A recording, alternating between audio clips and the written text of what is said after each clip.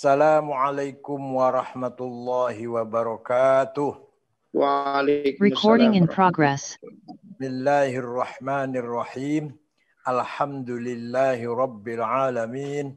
Wassalatu wassalamu ala sayyidina wa maulana wa syafi'ina wa habibina Muhammad afdhalil anbiya'i wa khatamil mursalin wa ala alihi wa sahbihi wa man tabi'a hudahu bi ihsan min yaumina hadza ila yaumin nahdati waddin. Sadatul ulama wal masyayikh, hadratul mustasyarin, hadratul asai syuriyah, rekan-rekan pengurusan fidiyah, Bapak Ibu sekalian yang hadir dalam acara Hal Bihalal melalui virtual ini.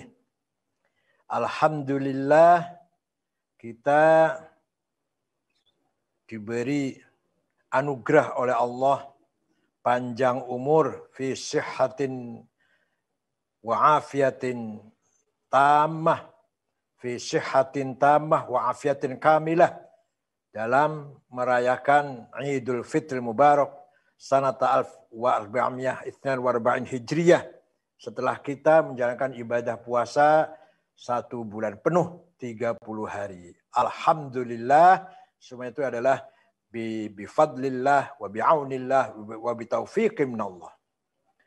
Nah, ucapan yang kita ucapkan ketika Idul Fitri, kita mengatakan ja'alallahu min aidin faizin, atau enggak usah ja'alan deh, min aidin faizin kullu amin bi khair. Ini jumlah ini atau kalimat ini bisa diartikan doa, mudah-mudahan kita semua menjadi orang kembali ke fitrah, kembali ke tu basic, kembali ke khalqillah kalimatillah allati fatarna 'alaiha la tabdil kalimatillah, atau dijadikan fil amar. Jadilah kamu orang yang termasuk orang yang kembali, termasuk orang yang menang melawan hawa nafsu dan kembali ke fitrah seperti semula pertama kali diciptakan oleh Allah. Nah, sebagai individu, sebagai person, maka kita harus ingat bahwa Allah menciptakan kita semua, wa ma khalaqtul jinna wal insa illa liya'budun. Tidak sekali-kali aku ciptakan manusia dan jin kecuali untuk ibadah. Dalam arti yang luas, ibadah dalam arti yang universal. Artinya apa? Artinya kalau kita kembali ke fitrah, kita sadar, kita istiqamah, kita siap untuk kembali seperti tujuan semula Allah menciptakan kita, yaitu semata-mata untuk beribadah, mengabdi, berbakti kepada Allah. Dalam arti yang sangat luas, bukan hanya sholat, bukan hanya baca Quran, tapi ibadah mahdhah dan ibadah ghairu mahdhah. Semua perilaku kita, baik itu yang bersifat duniawi, bersifat kasab, cari uang, maisha, berumah tangga, meniti karir, menjalankan tugas jabatan. Kalau kita ikhlas lillahi ta'ala, itu namanya ibadah. Kalau ibadah berarti kita kembali ke fitrah. Walaupun kita menjadi pejabat, kerja pegawai negeri, dapat gaji, tapi niatnya bukan semata-mata cari gaji, bukan semata-mata karir, tapi ibadah, taqarruban ilallah, ibadah lillah, maka itu menjadi sebuah nilai ibadah yang artinya kita kembali ke fitrah. Bukan berarti ibadah hanya sholat, bukan. Oleh karena itu, secara person, arti daripada minal aidin faizin, kita sadar sesadar-sadarnya, kita concern, kita istiqamah bahwa kita ini diciptakan oleh Allah semata-mata untuk ibadah kepadanya. Itu secara person. Secara organisatoris, kalau kita betul-betul sadar sebagai warga NU, maka kita harus kembali ke khitahnya NU. Ghoyah wa ahdaf ketika NU didirikan. Apa tujuannya? Harus kita kembali ke sana. Jangan hanya NU dijadikan kepentingan sesaat. Itu kepentingan politik maupun kepentingan ekonomi, kepentingan pribadi atau kepentingan kelompok. Jangan. Kita kembali sadar. Apa ghoyah, tujuan, ahdaf, visi misi Kiai Hasyim Asy'ari dan kiai-kiai lainnya mendirikan Nahdlatul Ulama tahun 26 itu. Yaitu yang paling prinsip taqwiyatul ukhuwah al-islamiyah. Memperkuat ukhuwah Islamiyah. Maka kita harus sadar, kita ber-NU ini adalah tujuan untuk memperkuat hubungan ukhuwah sesama umat Islam. Lintas ormas, lintas madhab, lintas sekte, lintas aliran. Di mana ada kelompok atau orang atau bangsa yang di situ beragama Islam, saudara kita semua. Walaupun beda madhab, beda aliran. Ini kalau kita betul-betul kembali ke fitrah. Kembali ke fitrahnya organisasi. Jangan sekali-kali kita membenci pada aliran madhab yang lain. Kecuali memang madhab itu sesat. Menurut standar atau menurut ukuran yang objektif, ukuran yang standar yang ahli sunnah wal jamaah. Kalau memang tidak sesat, beda-beda sedikit, beda-beda apalah, harus kita toleran, semua adalah saudara kita. Selama orang itu masih mengucapkan kalimat La ilaha illallah Muhammadur Rasulullah, itu berarti saudara kita. Itu harus kita ingat, ukhuwah Islamnya seperti di situ. Hanya dengan ukhuwah lah kita bisa kuat. Senjata kita yang paling kuat adalah ukhuwah. Bukan dengan senjata otomatik atau bom. Bukan dengan senjata uang. Bukan. Tapi senjata ukhuwah Islamnya itulah yang harus kita perkuat kekuatan kita di situ. Kelemahan Timur Tengah, kelemahan orang-orang Arab di Timur Tengah sekarang ini, hari ini, khususnya hari ini, mudah-mudahan cepat selesai, hilangnya ukhuwah satu sama lain. Baik dalam negeri maupun walaupun antar negeri, antar negara. Irak belum selesai. Afghanistan sama sekali belum selesai. Lagi ngaji di bom, sedang sholat di bom, rumah sakit di bom, sedang maulid Nabi di bom. Suriah apalagi lebih-lebih lagi sampai sekarang. Di situ ada ahli sunnah, ada syiah, ada ISIS, ada Jabhatun Nasrah, ada Wahabi, ada Salafi, ada macam-macam. Semua ada di situ, perang saudara satu sama lain. Libanon begitu pula. Begitu pula Yaman dan Libya sampai sekarang belum selesai. Mesir kadang-kadang masih semula masih mengkhawatirkan. Nah itu hilangnya ukhuwah Islamnya diambil kesempatan yang sangat baik oleh Israel, oleh Yahudi, oleh Israel, oleh Zionis. Kelemahan umat Islam adalah pecah satu sama lain. Disitulah diambil kesempatan yang sangat baik agar selama umat Islam itu pecah, maka Israel sangat tenang, enjoy, sangat happy, mengangkangi tanah Palestina, hidup di tengah-tengah orang sedang perang sendiri. Bahkan di dalam Palestina sendiri, antar fasoil Palestiniyah, antar kelompok Palestina sendiri, sering terjadi konflik perang saudara malah.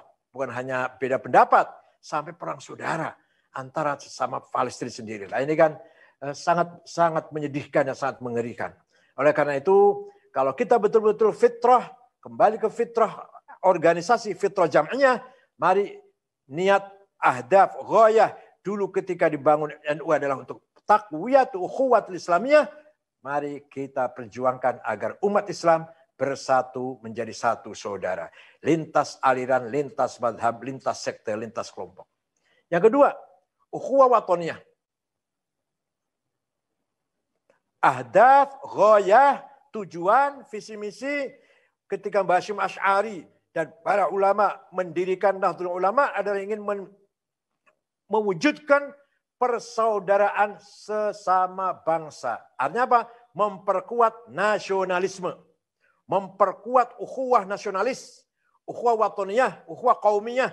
Sebagai bangsa yang satu.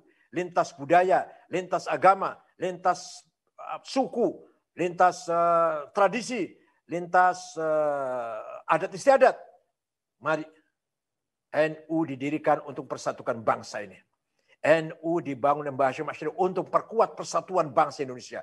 Bukan untuk memperpecah belah. Bukan untuk melemahkan persatuan. Untuk memperkuat.